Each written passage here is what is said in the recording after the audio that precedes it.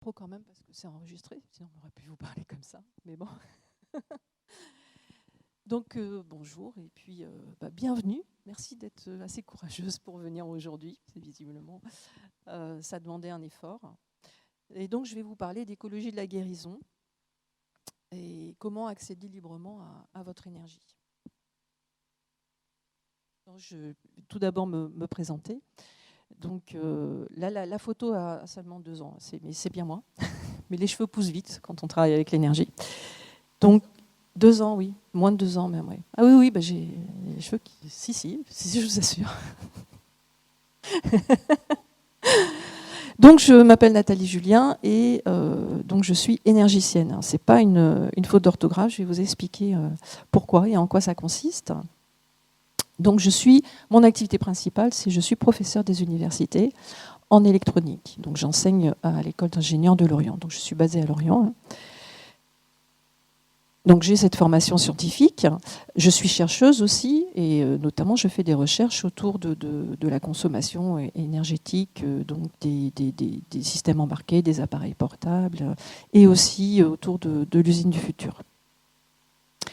Mais j'ai aussi très longtemps pratiqué les arts martiaux et je les ai enseignés. Donc j'ai pratiqué pendant 20 ans et j'ai enseigné pendant 15 ans.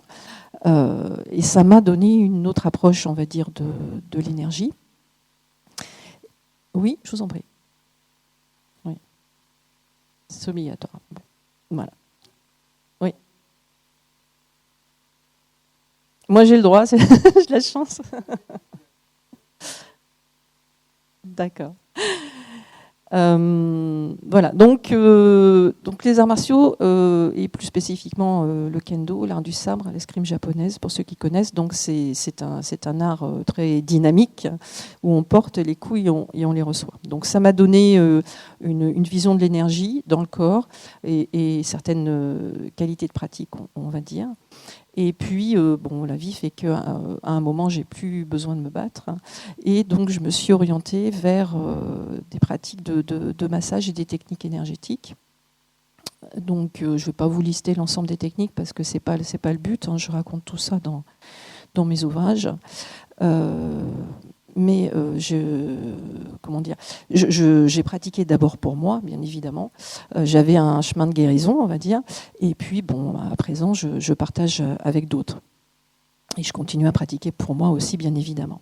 Donc, j'ai ces 3 aspects, et c'est de là que je viens vous parler, qui m'importent, puisqu'ils sont complémentaires. Et le point commun, bien évidemment, de tout ça, c'est l'énergie. Et donc, pour qualifier ce que je fais, du coup, a émergé le mot énergicienne, qui consiste en fait à cultiver son énergie et puis partager ça avec les autres. Donc je ne suis pas thérapeute, je suis quelqu'un comme vous qui pratique au quotidien et qui vient échanger et réfléchir aussi aux différentes pratiques. Donc j'écris des livres, je suis aussi auteur, je fais des conférences, je fais aussi des articles, vous pouvez me retrouver régulièrement dans Féminin Bio, dans Femmes Actuelles, et puis je fais des ateliers chez moi. Donc vous avez l'ensemble des activités sont visibles sur mon site. Je suis sur Lorient, et puis sur le site vous avez aussi un certain nombre d'exercices, de ressources. Je mets des choses en libre partage. Alors au niveau des livres, en fait, donc j'ai des ouvrages. Effectivement, j'ai amené mes ouvrages quand même liés à mon travail pour que vous sachiez aussi que j'écris dans le cadre de mon travail autour de l'usine du futur et du jumeau numérique. Bon, ça c'est une chose. L'usine du futur et le jumeau numérique, ce sont des choses pour l'évolution de l'industrie. En fait, mon but c'est de faire en sorte qu'on arrive à produire mieux, plus respectueux de l'humain, on va dire. Bon, vous voyez, il y a du travail. Donc ça, c'est un premier aspect. Et puis j'ai été aussi amenée donc, à écrire des ouvrages, et notamment donc, deux premiers ouvrages qui sont autour du toucher, parce que ce qui me passionne effectivement, c'est le toucher et on va dire toute la puissance, toute l'efficacité du toucher dans nos vies. Alors bien évidemment, c'est d'actualité, parce que avec les temps qui courent, justement, on se coupe de tout ça, ce qui est quand même fort dommage. Voilà. Déjà que c'était effectivement pas terrible, là, ça devient critique. Donc, un premier ouvrage, le massage, qui est plus sur l'aspect, on va dire, physique du toucher. Et puis un deuxième, Guérir par l'énergie, qui est plus sur l'aspect énergétique. Donc s'ils vous intéressent, ils sont au stand de la librairie juste à côté. Et puis donc le petit dernier dont je vous parle aujourd'hui, c'est Pour une écologie de la guérison. Et donc pourquoi cet ouvrage? Et en fait, avec Guérir par l'énergie, il a très bien marché, il marche très bien. Et simplement, comme il a très bien marché, ce sont des ouvrages à 10 €. Mon éditeur, qui est aussi dans le marché donc, du bien-être, m'a dit on va faire le même mais en plus gros, sous-entendu en plus cher. Et puis vous allez faire un annuaire des techniques. Puis j'ai dit non, ça ne m'intéresse pas. C'est pas comme ça que je fonctionne. Ça m'importe effectivement que ce partage il soit libre et accessible au maximum de gens. Et puis faire un annuaire des techniques, je pense que c'est pas la bonne démarche. Et donc, je vais vous expliquer pourquoi. Et donc, j'avais déjà l'idée de l'écologie de la guérison. Et pour que cette idée vive, puisque visiblement, ce n'était pas dans le sens, on va dire, du marché, j'ai fait le livre en auto-édition. Donc, c'est pour ça qu'aujourd'hui, donc, effectivement, je viens vous le présenter. Voilà. Bon, après, il y aurait beaucoup de choses à dire aussi sur le marché de bien-être chez les éditeurs aussi. Mais bon. Là, je viens parler plutôt, effectivement, de nos démarches de guérison et de ce qu'on peut en faire. Donc l'écologie de la guérison, c'est basé sur l'énergie, vous avez compris, c'est un petit peu mon dada. Beaucoup de gens parlent de l'énergie sans qu'on sache vraiment définir ce que c'est. Donc je vais essayer de vous donner quelques éléments.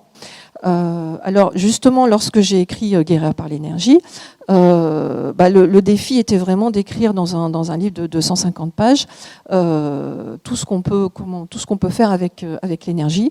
Et je voulais justement pas faire un annuaire des techniques. Alors comme je suis chercheuse, j'ai adopté une démarche de recherche scientifique pour cet ouvrage, et j'ai lu plus de 660 livres. Si vous voulez venir, vous êtes les bienvenus, pas de souci. N'hésitez pas à vous installer. Bon, tant pis. Et donc, j'ai lu plus de 660 ouvrages, en français, en anglais, parce que avec mon métier, je lis aussi en anglais, j'ai cette chance-là. Et puis au début, c'était un petit peu la jungle. Ça partait dans tous les sens. Oh là là, ça va être compliqué. Et donc, je me suis focalisée, en fait, au lieu de me focaliser sur les différences, je me suis focalisée sur les points communs en me disant, je vais essayer de trouver quel est le point commun des différentes pratiques, des différentes traditions, pour pouvoir voir effectivement qu'est-ce qui semble universel. Et afin de s'y retrouver, en fait, on peut voir l'énergie, on va dire, sous 4 visions différentes. Je vous livre ici.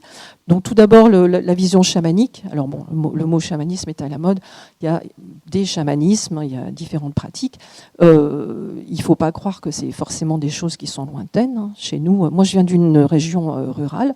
On allait voir le guérisseur, on allait voir le rebouteux. Bon, voilà, c'est du chamanisme aussi. Non, moi je suis pas allée. Je vais vous expliquer pourquoi. Je n'ai pas l'intention d'y aller.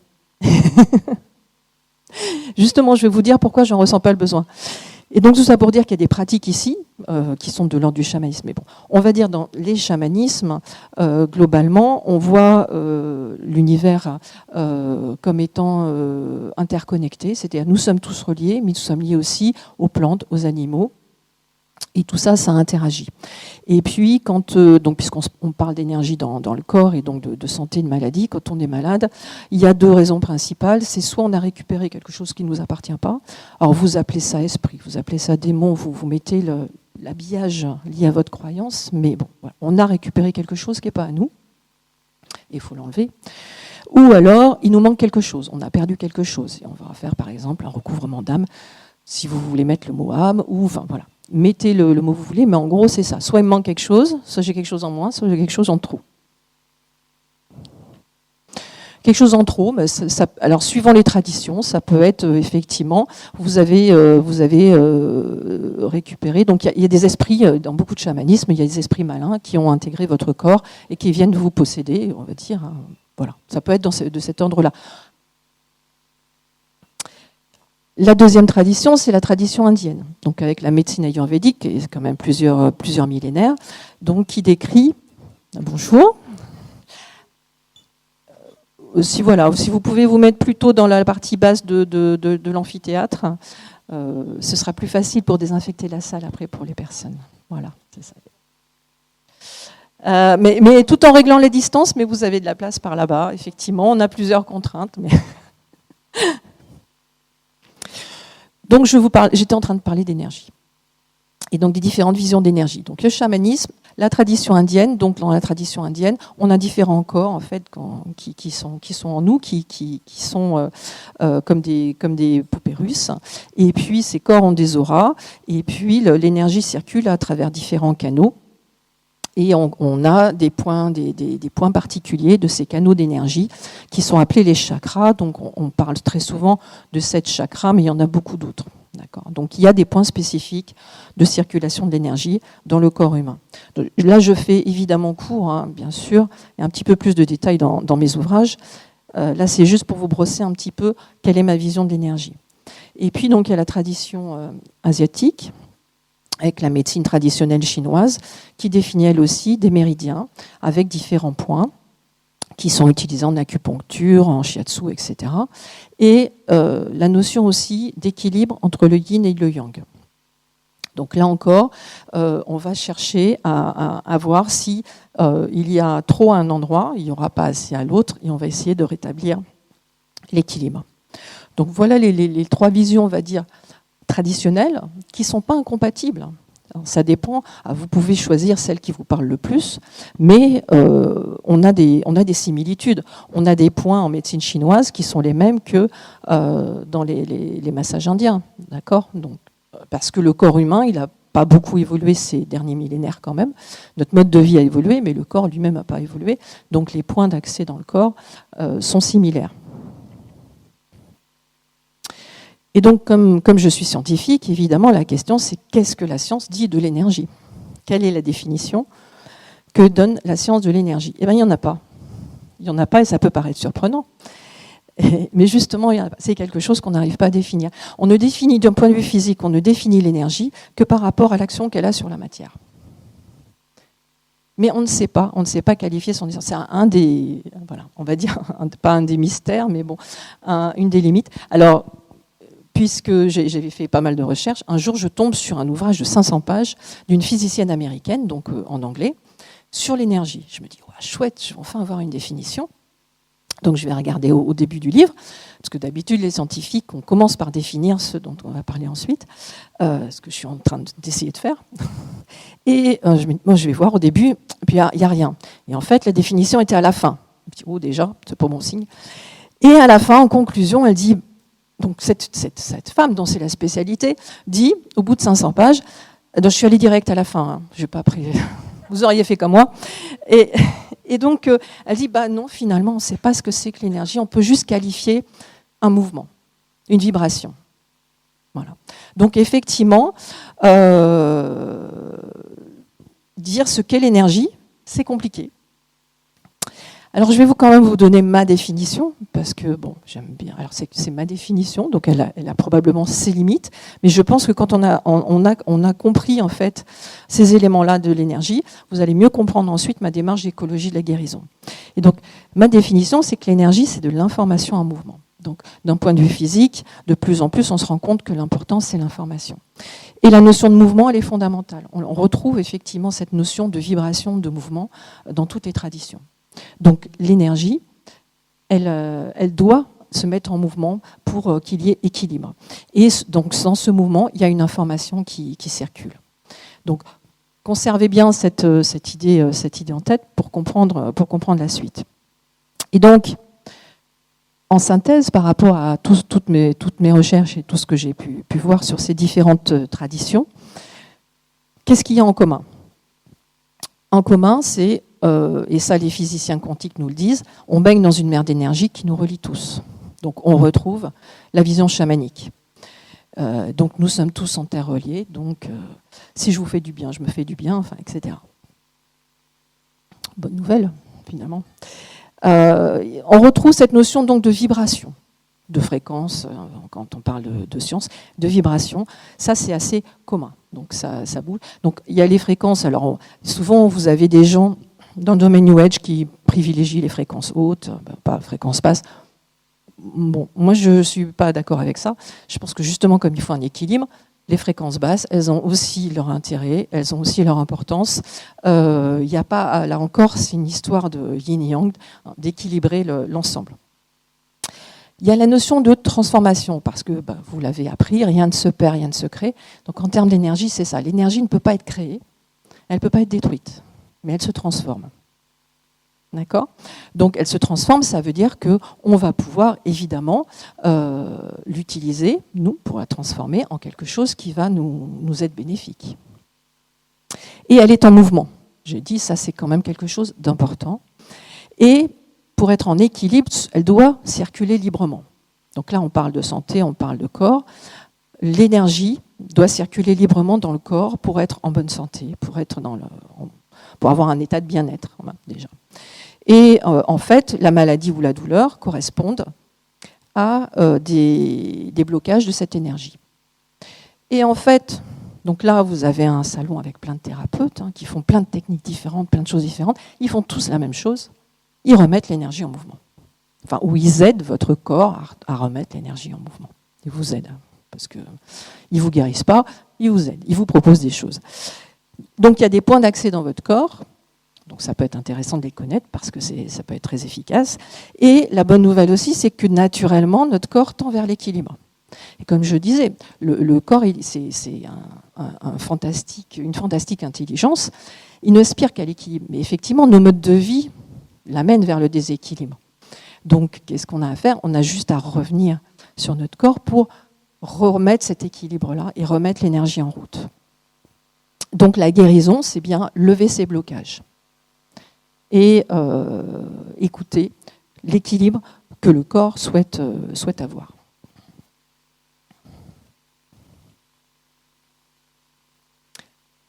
Donc, une fois qu'on a compris ça, on dit on va jouer avec notre énergie, on va la transformer, on va l'utiliser. C'est ça l'écologie de la guérison. Alors, pourquoi je vous parle d'écologie de la guérison ? Parce que, en fait, je suis toujours surprise qu'on parle d'écologie pour tout, quand même. Maintenant, on en parle pour tout, sauf pour la guérison. Et là, personne ne parle d'écologie pour la santé. On en parle d'un point de vue psychologique, il y a de l'éco-psychologie, mais du point de vue du corps, on n'en parle pas. Et je connais beaucoup de gens qui sont très branchés écologie, et qui ont des démarches parfois surprenantes, parce que je connais quelqu'un, par exemple, qui me disait qu'il faut absolument manger bio, manger local, etc. Et puis ça ne la gêne pas de prendre l'avion pour aller faire un stage de chamanisme au Pérou, ou aller régulièrement à Bali. Il y a quelque chose que je ne comprends pas bien, parce qu'on est en Bretagne en plus. Alors, l'énergie ici, elle est quand même pas mal, on peut faire des choses. Ce que je disais, dans les traditions, le chamanisme, il a existé. Il existe ici. Nos arbres, ils sont aussi bien que les arbres d'Amérique du Sud. Ils sont même mieux parce qu'ils sont adaptés à notre énergie, on vit dedans. Donc aller se téléporter pour aller faire des choses parce que soi-disant ailleurs c'est mieux, ça me paraît assez aberrant. Ça coûte cher, c'est pas forcément bon pour la planète. D'ailleurs maintenant il y a des sages et des maîtres qui viennent chez nous pour nous dire de rester chez nous quand même, parce que le New Age a amené quand même les gens à dire il faut aller là-bas, il faut aller ici, il faut aller, c'est mieux. Non, c'est nos arbres ici, il y a plein de choses. Nos cailloux, oui, nos cailloux quand même en Bretagne, il y a des choses à faire. Donc écologie de la guérison, c'est revenir un petit peu. Alors peut-être que ce que je vais vous dire, ça va vous paraître évident, mais tant mieux, j'aimerais que ce soit évident pour tout le monde. Mais donc, on peut jouer ici avec notre énergie. On n'a pas besoin d'aller chercher des super pouvoirs ailleurs. On a déjà des super pouvoirs. Et donc, quand je dis on peut jouer avec son énergie, plein de gens disent pourquoi on ne pourrait pas ?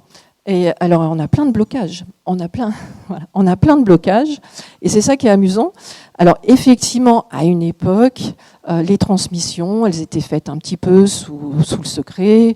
Il fallait vraiment être initié. Bon. À l'heure actuelle, la connaissance, elle est disponible. Il n'y a plus de chasse aux sorcières, du moins pour l'instant, on peut espérer. D'accord ? Donc, effectivement, à une époque, il fallait pas trop divulguer ça. Bon, maintenant, c'est libre. On peut. C'est accessible à tout le monde. Et donc, les blocages, c'est quoi ? C'est, par exemple, les gens vont se dire, il faut avoir un don. Ou il faut être de la 3e génération de guérisseurs. Ou il faut avoir été initié, justement, par maître machin à l'autre bout du monde. Ou même pour activer l'énergie des mains, il faut un code secret. Il faut avoir. Non, c'est là, et on va le faire d'ailleurs, parce que la base, vous avez bien compris de ma démarche, c'est la pratique. Ça, c'est mon côté pragmatique et scientifique. Donc, je vous propose tout simplement, ça va vous réchauffer peut-être. On frotte les mains, et puis on les écarte.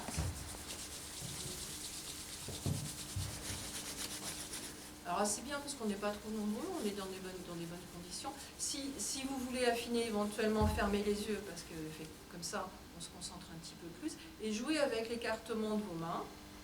Et alors, vous pouvez sentir peut-être des picotements, peut-être de la chaleur, peut-être de la densité, mais jouez avec ça. Alors, il n'y a pas de bon ou de mauvais ressenti. Ce qui vous ressentez vous appartient et c'est juste. On est tous différents là-dessus. Et après, effectivement, quand on a l'habitude, parfois on peut le faire régulièrement et puis on peut finir par sentir, aller un petit peu plus loin, densifier les choses. Et c'est ça votre énergie, elle est là, d'accord ? Sachant que vos mains, ce sont des antennes formidables. Donc la meilleure façon de contacter votre énergie, ça peut être déjà d'exercer vos mains. Quand vous avez l'habitude, et puis vous pouvez jouer avec, et puis même vous pouvez envoyer de l'énergie aux autres, et puis vous pouvez charger des plantes, c'est accessible. Ça vous appartient. Vous avez l'énergie, si vous êtes là, c'est que vous en avez, d'accord ? Il suffit juste de la recontacter. Et de jouer avec, parce que c'est quand même assez formidable. Et donc, il n'y a besoin de rien d'autre. Donc, nous pouvons, la porte est grande ouverte, et non seulement nous pouvons, mais j'aurais même tendance à dire nous devons, parce que c'est ça qui va nous maintenir en équilibre, et de la manière la plus simple possible. C'est important de rester dans la simplicité. Alors, l'intérêt de contacter son énergie et de travailler avec son énergie ou de jouer avec, c'est que c'est une démarche qui va être globale. On n'est pas obligé de découper le corps et on s'occupe que de l'oreille ou que de l'épaule gauche, d'accord, ou que de telle couche de l'aura. Ou, voilà. Donc, vous occupez de vous intégralement. C'est une démarche qui est respectueuse parce que c'est votre énergie, donc elle vous correspond, d'accord ? Parce que s'il y a des machines qui existent, alors je suis électronicienne, donc je suis bien placée pour vous dire que moi je préfère me faire toucher par un humain que par une machine. Et c'est beaucoup plus efficace. Étant spécialiste du toucher, je peux vous dire qu'effectivement c'est beaucoup plus efficace d'être touché par un humain. Et les machines, elles ne sont pas forcément adaptées. C'est pas parce que, comme les techniques, comme les pratiques, il y a des choses qui me conviennent qui ne vont pas vous convenir. Et heureusement, c'est pour ça qu'il y a plein de variétés de pratiques. Donc, en connaissant votre énergie, en jouant avec, en sachant l'utiliser, c'est respectueux. C'est accessible à tous. Il n'y a aucune barrière. Alors, les enfants sont très réceptifs parce qu'ils ont moins de barrières mentales. J'ai été amenée à intervenir auprès de personnes déficientes intellectuelles. Ça marche aussi. D'accord ? Donc, vous pouvez être malade, vous pouvez être faible, votre énergie, elle reste là et vous pouvez la contacter. Il n'y a aucun souci. Elle est toujours disponible. C'est l'avantage, vous n'êtes pas obligé de prendre rendez-vous. Quand vous êtes chez vous, vous avez 5 minutes, c'est là, quoi. C'est là, donc pourquoi ne pas le faire ? C'est universel, donc ça peut vous mettre aussi en lien justement avec vous pouvez pratiquer avec des animaux, avec des plantes, voilà. Et c'est indépendant de tout système de croyance. Alors, certaines personnes vont, par exemple, vouloir faire des prières ou se connecter à des anges. Alors, moi, je respecte les croyances de chacun. Personnellement, je suis pas chrétienne, je ne suis pas baptisée. Donc, ça m'est arrivé de me retrouver dans des environnements où on me demande de réciter une prière. Ça ne peut pas marcher, j'y crois pas. D'accord ? Ça ne peut pas marcher. Alors, ça marche très bien pour la personne, elle y croit, c'est bien. Donc, il faut effectivement respecter les croyances de chacun. Donc, mettez, on va dire, l'habillage qui vous convient, parce qu'on est comme ça. On a besoin de support, d'accord ? Travailler comme ça dans le flou, ça peut être compliqué. Mais sachez que ça n'est qu'une grille de lecture, d'accord ? Et que l'énergie, elle s'en fout un petit peu de ces grilles, d'accord ? Donc c'est votre grille, elle vous appartient, elle vous rend service, mais elle n'est pas forcément meilleure qu'une autre, parce que ça a donné des guerres de religion quand même. Donc voilà. Donc jouez avec ça. Sachez que nous avons tous des systèmes de croyances, mais l'énergie circulera quand même. Et c'est très simple. Et j'aurais même tendance à dire que plus c'est simple, plus c'est efficace. À chaque fois que vous avez des gens qui vous compliquent les choses, si vous demandez à un thérapeute de vous expliquer ce qui fait que vous ne comprenez rien, partez, quoi. Enfin, à mon sens, partez, parce que quelqu'un qui pratique doit être capable de vous dire ce qu'il fait, et vous devez être capable de le comprendre. Et si ça devient compliqué, c'est que le mental est là, donc il n'y aura plus d'énergie. Quand le mental est là, il n'y a plus d'énergie, elle circule plus librement, justement. Et c'est efficace, donc c'est redoutablement efficace, on peut voir les effets très rapidement. Donc pourquoi s'en priver? Et donc, là, vous voyez, avec tout ça, j'ai fait l'acronyme gratuit, parce que c'est gratuit. Il n'y a rien à vendre, il n'y a rien à acheter, c'est disponible. Et comme je le disais en introduction, donc certains ont manqué, il y a un marché du bien-être. Les gens se comportent en consommateurs avec le bien-être comme avec autre chose. C'est pour ça que je parle d'écologie de la guérison. Et comme les gens se comportent comme ça, eh bien effectivement, il y a des gens aussi qui ne sont pas tous bienveillants. Il ne faut pas croire que parce qu'on est dans le marché du bien-être, les gens sont meilleurs qu'ailleurs. Et donc, dans mon livre, dont je parle, je raconte des anecdotes qui me sont arrivées justement avec des gens qui manipulent, qui abusent. Et plus vous serez libre dans votre pratique, plus vous aurez une pratique personnelle, plus vous serez à même de dire non à ces personnes-là. Parce qu'évidemment, on est tous manipulables. Il y a toujours un moment de notre vie où on est fragile, où on a besoin, etc. Mais si vous avez une pratique solide, à ce moment-là, vous serez capable de détecter ces types de comportements et vous n'en serez pas dépendant. D'accord ? Donc, effectivement, vous pouvez aller voir des gens pour vous aider, mais ça ne sera pas utile si vous n'avez pas mis en place vous-même votre propre démarche. Donc, c'est de ça dont je vais vous parler. Parce qu'effectivement, il y a plein d'outils, il y a plein de techniques, et quelquefois, on se focalise sur les outils et techniques. Alors que le plus important, ça va être votre démarche. Ça va être comment vous rentrez. Vous allez sur votre chemin de guérison. Comment vous construisez votre chemin de guérison. Et à ce moment-là, autour, il y aura des petits cailloux blancs, il y aura des gens qui vont éventuellement vous aider. Mais si cette démarche n'est pas construite, ça ne fonctionnera pas. Et pour que ça fonctionne, il faut se connecter au corps. Alors ça, c'est un problème, bon, non seulement du monde occidental, mais aussi beaucoup des Français. Hein. Je pense donc je suis, voilà. On est dans la tête tout le temps. Et puis, la solution, elle est de passer par le corps. Alors ça tombe bien, on est dans des rencontres corps-esprit. Donc ça veut dire quand même qu'on est déjà avec des gens qui ont compris qu'il y avait un lien. C'est une bonne nouvelle. Mais alors souvent, le lien, on le comprend en disant, oui, on comprend maintenant, ça a mis quand même du temps, hein, on comprend maintenant que l'esprit a un impact sur le corps. Et qu'effectivement, beaucoup de douleurs, de maladies sont justement liées à des informations bloquées dans notre corps, puisque je reviens sur ma définition de l'énergie, l'information en mouvement. Donc, quand l'information ne peut plus circuler librement dans votre corps, ça va créer des symptômes.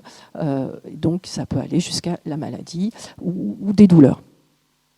Donc, tant que cette information ne circule pas librement, vous ne pourrez pas retrouver un état d'équilibre. Donc ça, on le sait assez couramment. Le lien entre l'esprit et le corps, ça se voit. Par contre, très souvent, les gens vont vous proposer de travailler au niveau de l'esprit pour régler le problème du corps. Et ça peut fonctionner. Mais il ne faut pas oublier que dans l'autre sens, ça fonctionne aussi. C'est-à-dire qu'en agissant sur votre corps, vous agissez aussi sur votre esprit. Et le corps, c'est votre meilleur allié dans la démarche de guérison. Allié, ou votre meilleur ami. Alors souvent, j'entends des gens dire « Ah, le corps, c'est la maison de l'âme ». Je ne suis pas d'accord avec ce discours. Ce n'est pas la maison de l'âme, ce n'est pas comme un véhicule, ce n'est pas une voiture qu'on change, c'est l'expression de votre âme. L'intelligence, elle est partout dans le corps, elle est pas là, l'intelligence. Il y a des réseaux de neurones partout dans notre corps. D'accord ? Même les scientifiques, les médecins découvrent des choses. Il y a plein de choses qu'on ne sait pas expliquer. Par exemple, comment le corps cicatrise, on ne sait pas l'expliquer. Ce phénomène. À quel moment il sait qu'effectivement, il faut arrêter le processus de cicatrisation. Vous voyez, il y a une intelligence dans notre corps qu'on peut utiliser. Donc, l'écologie de la guérison, c'est ça. C'est de se ramener à l'intelligence du corps, se connecter à notre corps par des choses simples. Là encore, vous allez voir, ça, c'est évident. Mais pourquoi on sait que ça marche ? Alors, très souvent, on va attendre d'être heureux pour sourire. On va dire, si on est heureux, on sourit, et comme on est heureux, notre cerveau va sécréter des hormones de bien-être. Sauf qu'on peut inverser la proposition. Vous pouvez sourire, même si vous n'êtes pas heureux, et au contraire, si vous n'êtes pas heureux, souriez. Alors même avec les masques, souriez, parce qu'on voit les yeux qui sourient quand même. Parce que là, vous allez donner l'information à votre cerveau, je suis heureux. Et à ce moment-là, il va se mettre à sécréter les hormones et vous allez aller mieux. On le sait aussi, par exemple, en termes de posture. Si vous avez une posture comme ça, vous allez vous sentir faible, vous allez vous sentir victime. Si vous prenez même si vous vous sentez intérieurement pas bien, c'est quand vous prenez une posture assurée, déjà ça va aller mieux. Ça va transformer votre énergie, ça va transformer aussi votre esprit.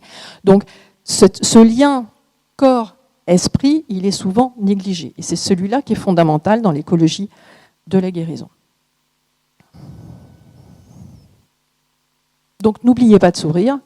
Alors si les bouddhistes sourient autant, c'est pas parce qu'ils sont plus heureux que les autres, hein, c'est parce que justement ils appliquent ça. D'accord ?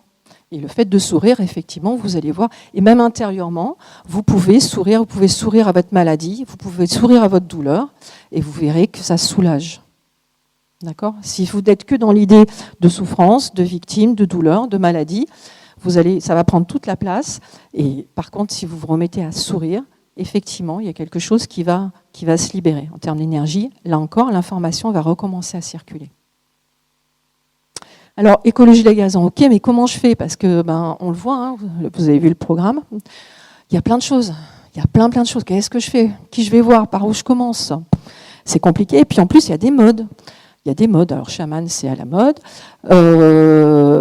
Quantique. Alors quantique, on le voit partout. Alors c'est assez rigolo de voir des gens parler de quantique alors qu'ils n'y connaissent rien en physique quantique.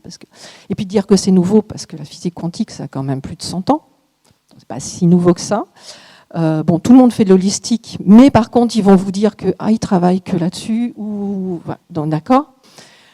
Donc c'est difficile. Si vous choisissez une technique, si vous raisonnez en termes de technique, ça va être difficile. Et en fait, la technique, on s'en fout. Parce qu'au bout d'un moment, quand on pratique, un bon praticien, il va aller élargir son champ de vision. D'accord ?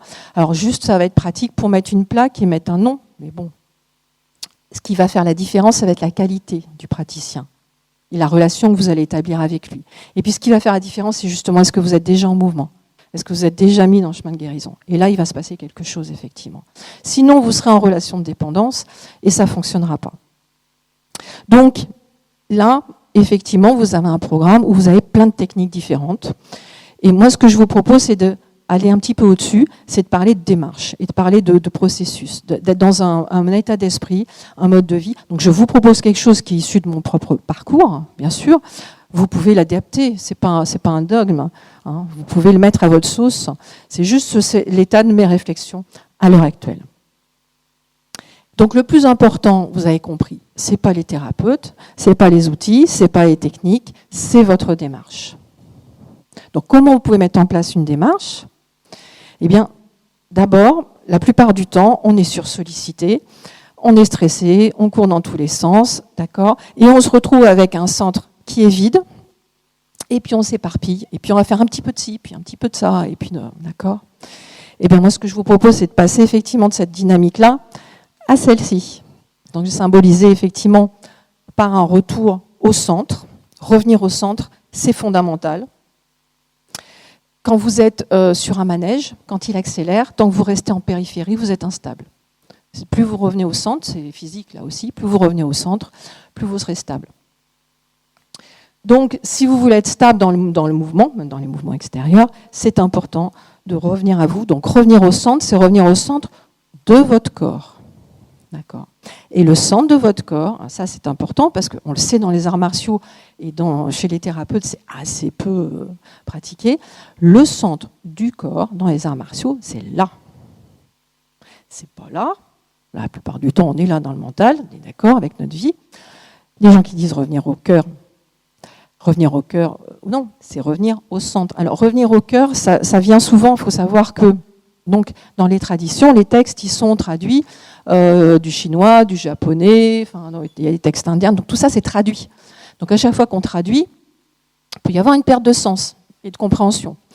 Et quand les Asiatiques nous disent revenir au cœur, c'est revenir au cœur dans le sens centre. C'est pas revenir au cœur là, à l'émotionnel. Alors j'ai rien contre l'ouverture du cœur, mais comme je disais tout à l'heure, il faut que la base soit solide avant d'aller chercher plus haut. Donc le centre, votre centre de gravité dans les arts martiaux, c'est le hara. On l'appelle hara, on l'appelle tantien, on l'appelle le deuxième chakra. Bon, Là, je fais rapidement parce qu'on n'a pas énormément de temps, mais c'est plus développé dans mes ouvrages. Donc, effectivement, c'est votre ventre. On parle du deuxième cerveau de plus en plus et on se rend compte que ce deuxième cerveau, il a un impact sur nos émotions, il a un impact sur notre façon de penser. Donc, là aussi, la science occidentale est en train de se rendre compte quand même qu'il y a quelque chose d'important.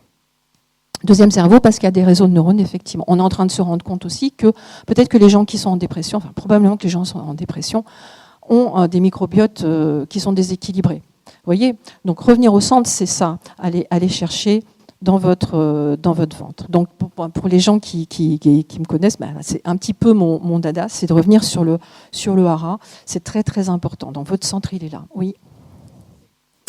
3 largeurs de doigts en dessous du nombril. En dessous du nombril, 3 largeurs de doigts, de vos doigts, parce que comme ça voilà. Après, vous pouvez le sentir, vous pouvez aller le chercher. Alors, dans mes ouvrages, il y a beaucoup d'exercices autour de ça, parce que justement, c'est fondamental. Alors, comment revenir au centre ? Donc, moi, je vous ai proposé une roue avec 8 axes. Donc, c'est de ça dont je vais parler. Donc, vous voyez, en fait, tout ça, ça forme un cadre. Et puis, eh bien, là-dedans, vous allez pouvoir mettre des outils, des techniques à votre sauce et à votre convenance. C'est ça qui est important. Mais quels sont vraiment les axes importants? Le premier axe, la première voie, c'est l'engagement. Ça, c'est sûr que si vous ne faites rien, votre situation ne va pas s'améliorer. Einstein disait, la folie, c'est de faire toujours la même chose en espérant un résultat différent. Regardons au quotidien, ça nous arrive souvent quand même. Donc plutôt que de se plaindre, s'il ne se passe rien, si on ne fait rien, ça n'évoluera pas. Donc j'avais une connaissance comme ça, j'avais déjà massé plusieurs fois. À l'époque, je massais gratuitement, moi j'avais massé. Et donc, il vient me voir parce qu'il avait mal au dos. Alors c'était quelqu'un d'une 50aine d'années, qui avait un ventre comme ça, qui fumait, qui buvait, qui avait aucune activité physique et une mauvaise alimentation. Donc il avait très mal au dos, un peu normal. Donc je le masse et tout. Et puis c'était un vendredi. Et puis je dis bon ben voilà, maintenant repos, intégration, voilà, peut-être faire évoluer les choses. Et puis je le revois quelques temps après, il me dit « Ah super le massage que tu m'avais fait, j'étais tellement bien que j'ai fait la bringue tout le week-end. » Et là je me suis dit « Ok Nathalie, c'est une bonne leçon, ça m'apprendra à masser gratuitement les jambes. » Visiblement c'était la formation qu'il me fallait moi pour comprendre. Et puis, ah non, je masse l'ensemble du corps. Là encore, si on veut faire circuler l'énergie, on peut s'occuper de parties, mais moi j'aime bien effectivement faire en global. Enfin bon, il y a différentes techniques, on ne va pas forcément rentrer là-dedans. Et puis la fois d'après, je le revois et puis il me dit « Ah, j'ai mal au dos ». Et je lui dis « Oui, tu fais quoi pour que ça change ?» Puis il m'a regardé, il me dit « Rien ». Je dis « Bon, c'est normal ». Il est parti, il n'était pas content, bien sûr. Mais voilà, posons-nous la question de qu'est-ce qu'on fait pour que ça change ? Si on ne fait rien, il ne se passera rien. Donc la première chose à faire, c'est de pratiquer. Or, pratiquer, je ne vous dis pas qu'il faut faire 3 heures de méditation par jour. Hein. Si vous faites déjà 5 minutes, parce que souvent les gens disent « Oh, j'ai pas le temps ». Mais avec des exercices simples, 5 minutes par jour, déjà, ça suffit. Déjà, si vous êtes dans l'état d'esprit de vous engager pour vous, pour votre santé, de vous engager sur ce chemin de guérison, ça va fonctionner. Et ça peut fonctionner très rapidement. Donc je choisis de guérir, c'est important. Et ma guérison m'appartient. Elle ne dépend pas, ce n'est pas un thérapeute qui va vous guérir, c'est vous qui allez vous guérir.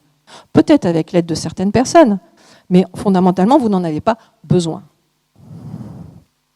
La deuxième chose, c'est la cohérence. Donc, je vous l'ai dit, mon corps, votre corps, ils sont très intelligents. Et donc, il suffit de les écouter. Combien de fois on écoute notre corps ?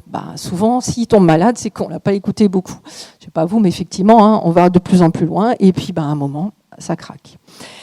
Et donc, écouter la sagesse de son corps, c'est prendre ce temps-là. Et il y a des exercices simples pour y arriver. Et je vous propose d'en faire un aussi, que j'appelle le curseur intérieur.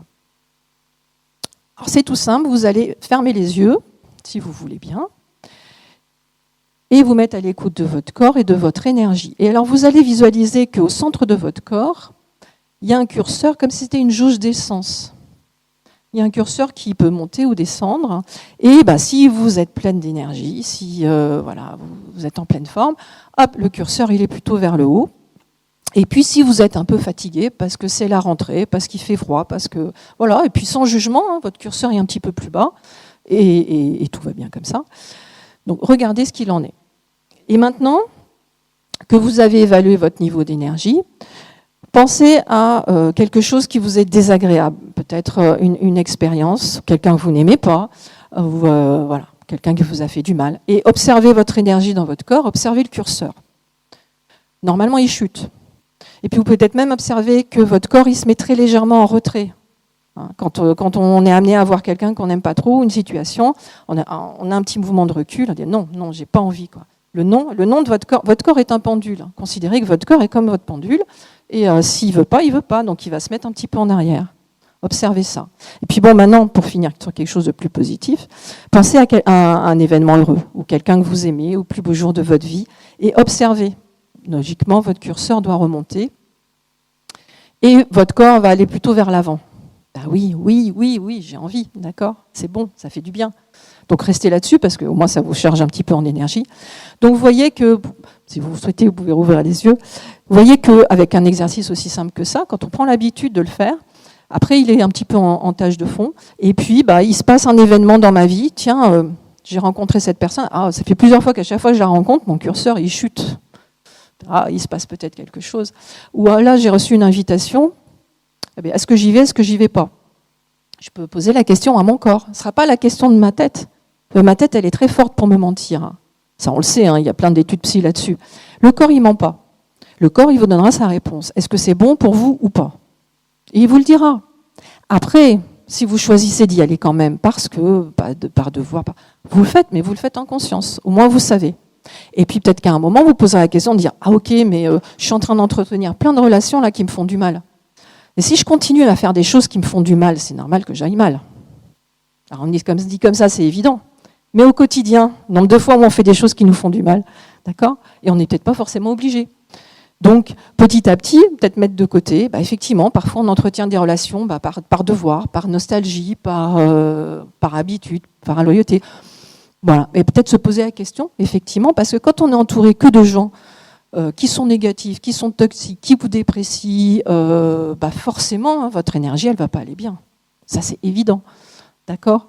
Donc, là, vous avez un outil simple qui vous permet de savoir si quelque chose est bon pour vous ou pas.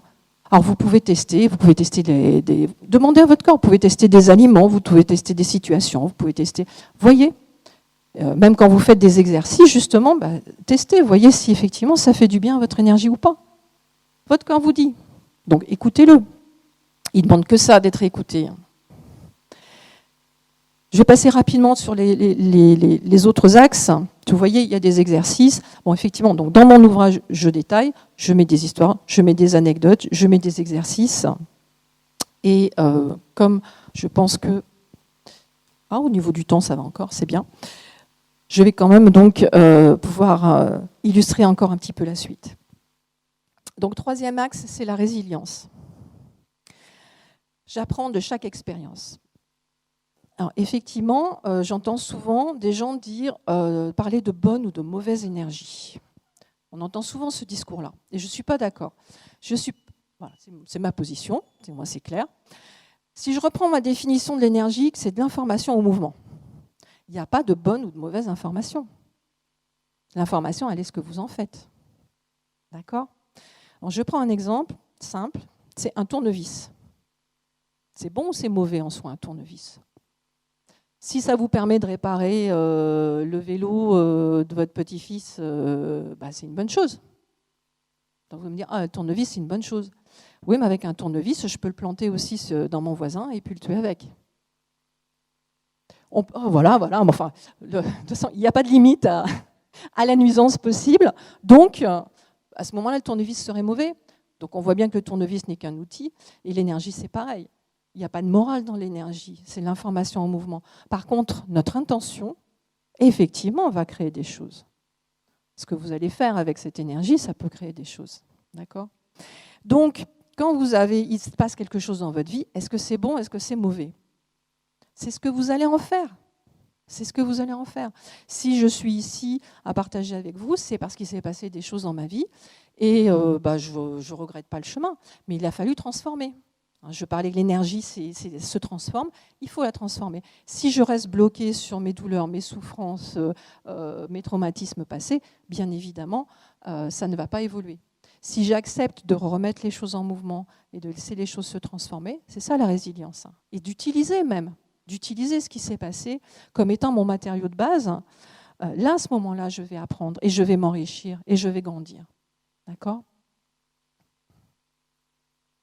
Donc, il faut accepter que la douleur, la maladie, d'autres gens vous le diront aujourd'hui, ce sont des informations qu'il faut aller chercher. Et peut-être qu'elles sont arrivées parce que, je ne sais pas vous, mais moi ça m'est arrivé. Mon corps, il me donne des informations, donc il va vous mettre une petite étiquette là, puis il va vous l'écrire de plus en plus gros, et puis un peu plus gros, puis après il va faire une grosse pancarte, et puis on continue, on y va dans le mur, on ne regarde pas, puis à un moment, la pancarte, elle nous tombe sur la gueule, et puis ah bah oui, bien sûr, c'était ça. Alors effectivement, quand ça vous est arrivé, une ou deux fois après, on fait un petit peu plus attention aux signes quand même. Et effectivement, quand on prend l'information en amont, ça va beaucoup mieux. Ça va beaucoup mieux, on évite beaucoup de problèmes. Quatrième axe, quatrième voie, c'est la présence. Alors beaucoup de gens parlent de l'ici et maintenant, de la pleine conscience. Voilà. Donc il y a beaucoup de gens qui peuvent vous aider là-dessus. Alors ce qui est important, c'est qu'effectivement, je parlais de l'intention, l'importance de l'intention. Et bien avec mon intention, avec ma conscience, je vais guider mon énergie. Alors là, c'est important dans votre démarche de guérison, parce que, comme je disais tout à l'heure, si vous focalisez sur votre douleur et sur votre maladie, la souffrance va prendre toute la place. Or, votre corps n'est pas que souffrance. Justement, votre corps, il se guérit tous les jours de plein de choses. Et donc, si vous avez, par exemple, mal à l'épaule droite, si vous focalisez sur votre épaule droite, il va y avoir que de la douleur en vous, dans votre énergie. À ce moment-là, mettez votre conscience sur votre épaule gauche, en espérant qu'elle est pas mal, d'accord ? Ou sur un endroit de votre corps où vous n'ayez pas mal. Et vous verrez qu'à ce moment-là, vous allez recontacter la bonne santé de votre corps, parce que votre corps, il aspire à ça, et vous allez stimuler votre énergie pour guérir. Et vous verrez que votre douleur prendra moins de place, et peut-être que, comme elle prendra moins de place, vous serez plus à même d'écouter aussi l'information qu'elle veut vous donner. Parce que peut-être que j'ai mal à mon épaule droite, parce que j'ai de la colère refoulée, parce que je suis avec un compagnon qui me pèse, parce que... pas pour toi, etc., etc. Il y a des raisons à ça, d'accord ? Donc, quand on commence déjà à retrouver en fait la conscience de notre corps qui cherche son équilibre et qui est capable de se guérir et qui a envie de se remettre en mouvement, on va pouvoir aller recueillir l'information. Alors souvent, quand on a mal, on fait tout pour fuir. Alors qu'en fait, il faut plutôt aller plonger là-dedans. Alors évidemment, il faut aller à contre-courant de notre réflexe, mais il faut aller chercher cette information. Alors évidemment, pour des choses difficiles, c'est bien d'être accompagné. Là, effectivement, vous pouvez demander à être accompagné. Mais tant que vous fuirez le problème, ou tant que vous chercherez le médicament miracle ou le thérapeute miracle, bien évidemment, ça ne se passera pas comme ça. Et donc la présence, c'est effectivement avoir conscience de ce que je fais. Alors, conscience de ce que je fais, c'est conscience aussi de ce que je pense, conscience de ce que je dis, etc., etc. Là aussi, vous pouvez appliquer votre curseur. Donc, on est sensible à ce que les autres nous disent, mais on a aussi un dialogue intérieur qui est parfois très nocif. Donc prendre conscience que là, je suis en train de me faire du mal toute seule, on est fort pour ça aussi, peut-être que c'est aussi travailler sur ses croyances, repenser les choses, etc. Donc c'est vrai que si vous vous pensez en victime ou en malade, vous serez victime, vous serez malade. Mais vous êtes beaucoup plus que ça. Vous êtes beaucoup plus que votre douleur ou que votre maladie. Et que justement, cette douleur ou cette maladie, vous pouvez la transformer et remettre l'énergie en mouvement.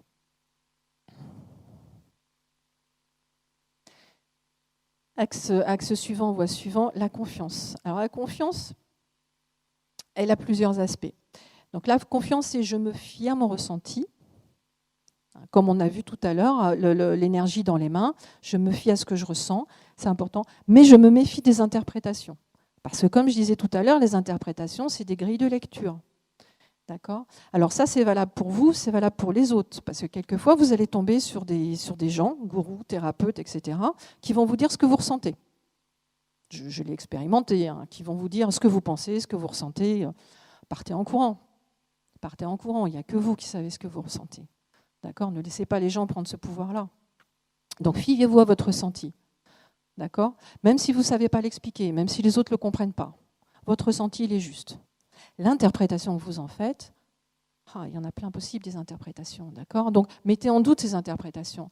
Mais dans toutes les traditions spirituelles, les mêmes expériences sont décrites. Quand vous regardez bien, à l'essence, les mêmes expériences sont décrites. L'habillage qu'on en fait, le Dieu qu'on y met, il est différent. Parce que c'est une question de culture, c'est une question d'histoire, bon, etc. Mais les expériences en elles-mêmes, quand vous revenez à l'expérience brute, c'est les mêmes. D'accord ? Et donc, en termes d'énergie, ce que je vous disais aussi, elle est universelle et elle est indépendante de nos croyances. Alors, là encore, les croyances, on en a besoin, on les a, on n'en a pas toujours conscience, mais essayez de prendre conscience qu'effectivement, ce ne sont que des grilles de lecture.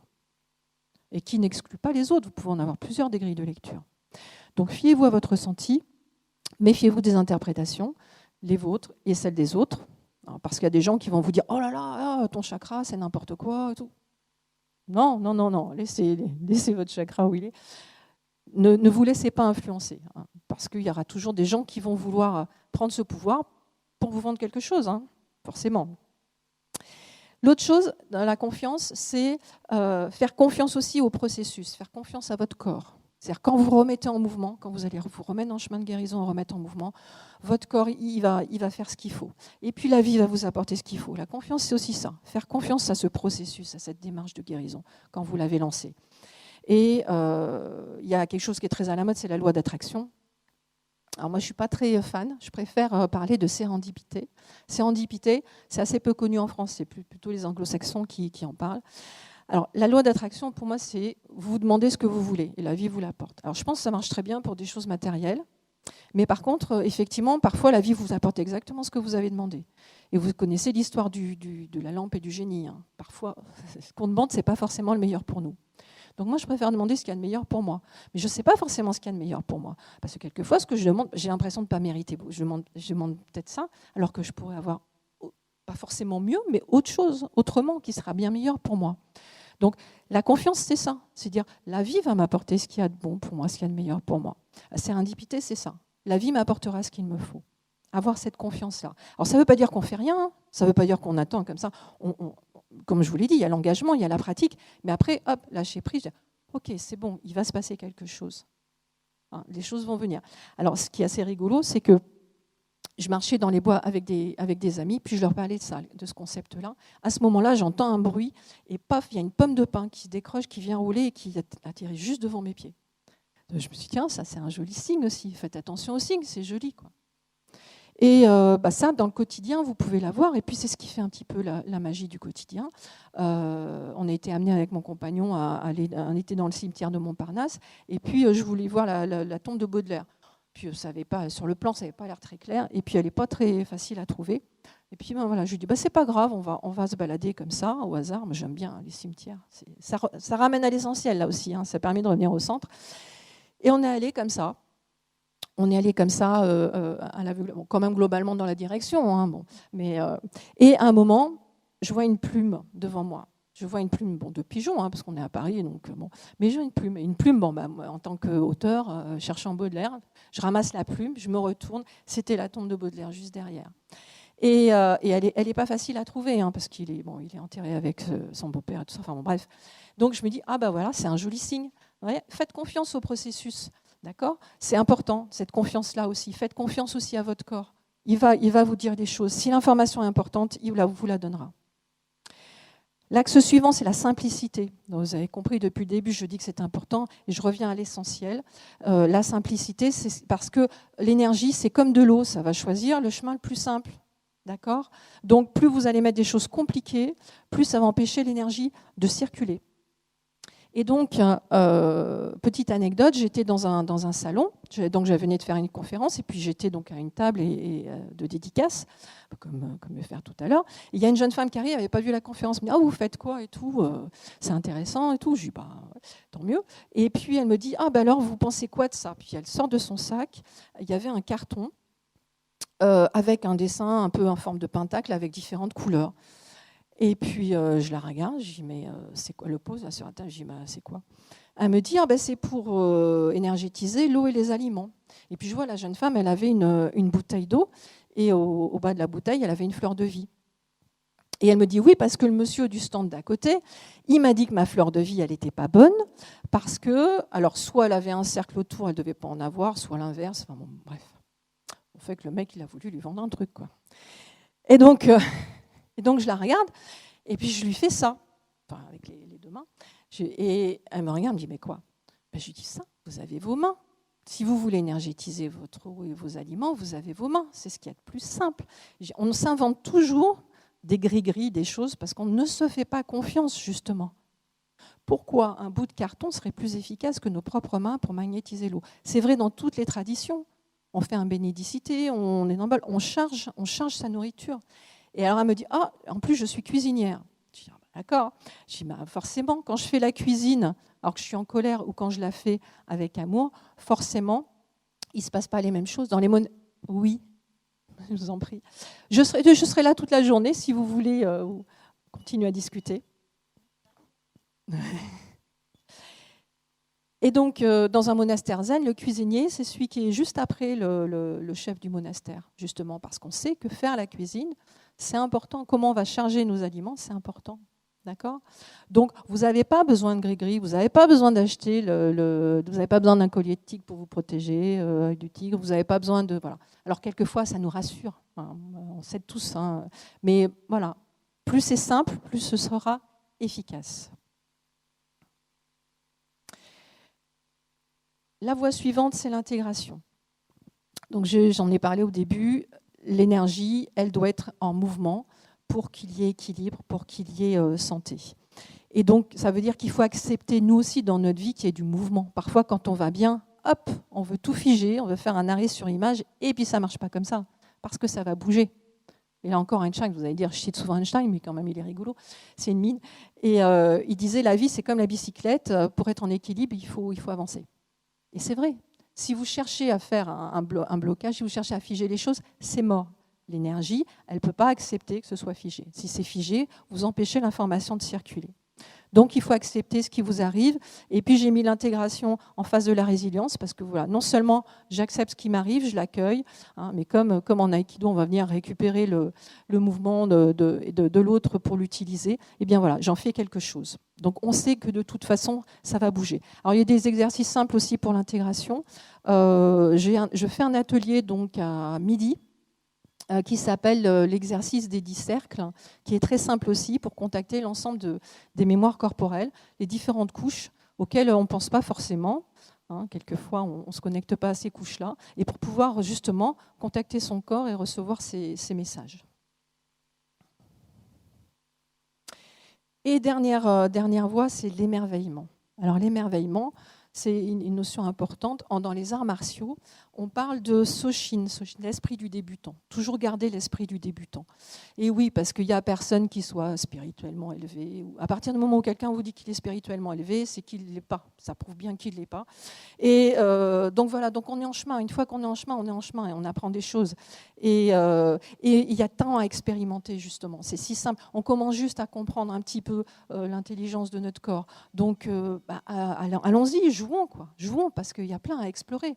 D'accord ? Il n'y a rien d'arrêté. Et tout ça, ça ne va pas dépendre d'une technique, d'un homme. Donc, cultivez votre regard d'enfant, jouez, expérimentez, tentez, faites-vous suffisamment confiance aussi pour tenter les expériences, parce que c'est ça qui va construire votre pratique. Donc, vous voyez, bon, là, la roue, elle est complétée. J'y ai mis des couleurs, mais c'est à vous de mettre les couleurs, en fait. C'est à vous de remplir avec les outils, les techniques qui vous parlent.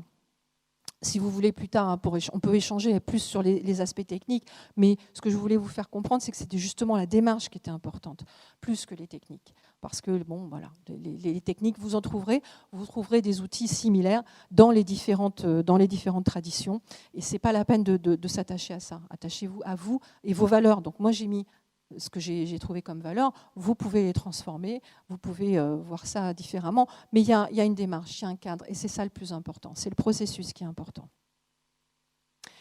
Et donc j'espère que je vous ai convaincu que le pouvoir des guérir est dans vos mains. Donc il y a beaucoup plus d'exercices dans mes ouvrages, hein, bien sûr, mais donc je suis sur l'Orient, je répète pour les gens qui n'étaient pas là au début. Donc vous pouvez me contacter. Et puis donc j'ai aussi donc cet ouvrage qui développe un petit peu plus ce dont nous avons parlé.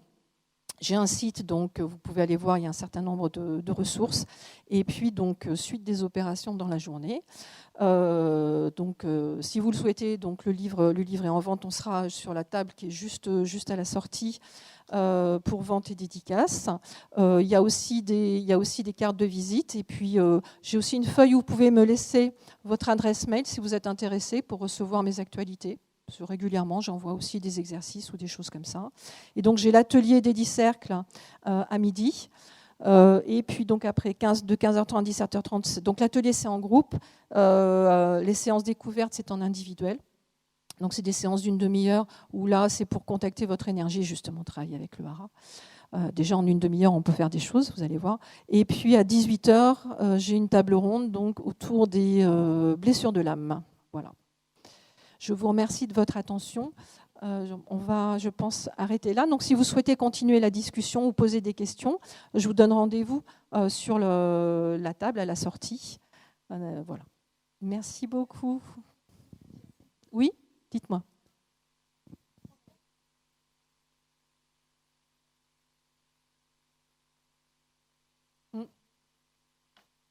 Le dernier, il est sur la démarche que je viens de vous présenter. L'autre, il est plus sur les outils et les techniques. Voilà, justement, il est plus sur les outils et techniques, un petit peu en dehors des dogmes quand même. J'ai essayé de commencer à faire une synthèse. Et là, on va dire, je suis allée un peu plus loin dans la synthèse pour aller dans la démarche que je vous ai présentée avec d'autres exercices et puis des anecdotes et on va dire des points de repère. En fait, c'est des points de repère pour construire votre démarche. Là, il y a des outils. Il y a des outils plus spécifiques, on va dire, qui sont liés à des techniques, à des pratiques. Et là, c'est plus la démarche. Ce qui m'intéresse, c'est comment vous pouvez mettre en place une démarche de guérison. Voilà. Je continuerai à répondre à vos questions après parce que les personnels ont besoin de temps pour désinfecter.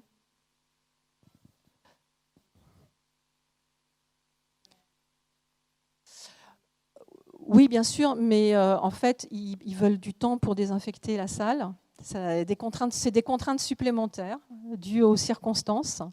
Et donc, c'est pour ça que je vous propose plutôt qu'on se retrouve et comme on est en petit comité en plus, ça peut être, je remets le masque et puis ce sera plus convivial. N'hésitez pas à me contacter ou à aller voir sur mon site. Merci beaucoup.